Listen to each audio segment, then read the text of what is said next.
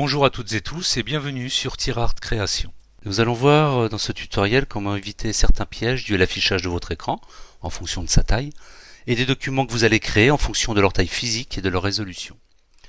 Pour illustrer mon propos, je vais créer deux documents donc au format A6. Un premier document à 300 pixels que je vais nommer 300 pixels, enfin 300. Et un deuxième document, exactement toujours au format A6, aux mêmes propriétés physiques, mais cette fois avec une résolution de 72 pixels. Et je vais le nommer 72.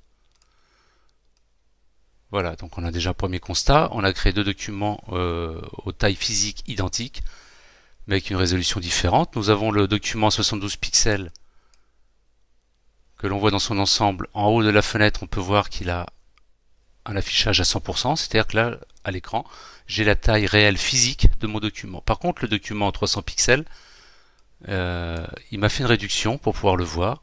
Vous voyez, je ne l'ai pas dans son entier, il n'est pas à 100%.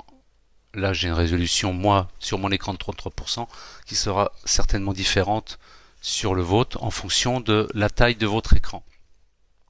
Donc pour illustrer tout ça, on va créer des étoiles, un petit effet tout simple avec ajout de bruit.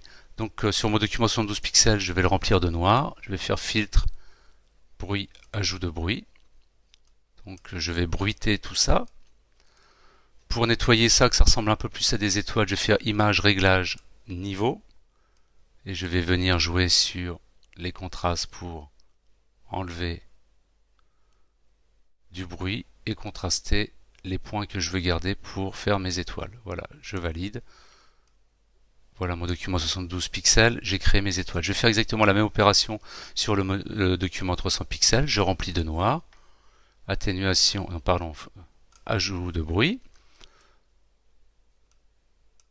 Donc voilà, j'ajoute du bruit et ensuite je vais me servir de réglage niveau pour contraster tout ça. Donc enlever ce que je ne veux pas garder et recontraster les étoiles que je veux garder.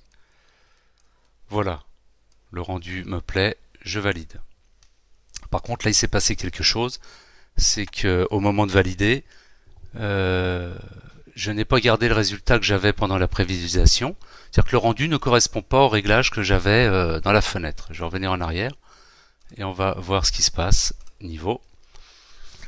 En fait, sur beaucoup de réglages de luminance ou chromatique de Photoshop, le document, la prévisualisation de votre document sert de fenêtre de réglage en fait. Vous voyez, pour appliquer vos réglages, c'est vous regardez votre document pour avoir le contrôle.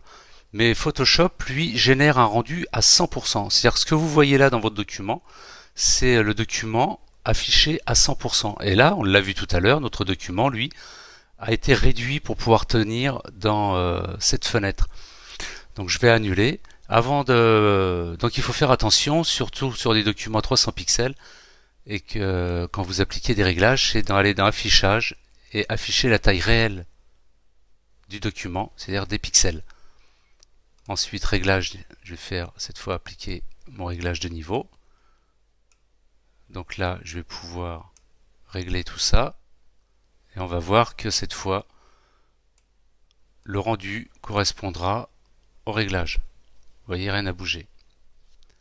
Donc faites bien attention à ce petit piège qui peut des fois provoquer des prises de tête, d'avoir des réglages qui ne correspondent pas au moment où on valide. Je vais remettre mon document dans son entier.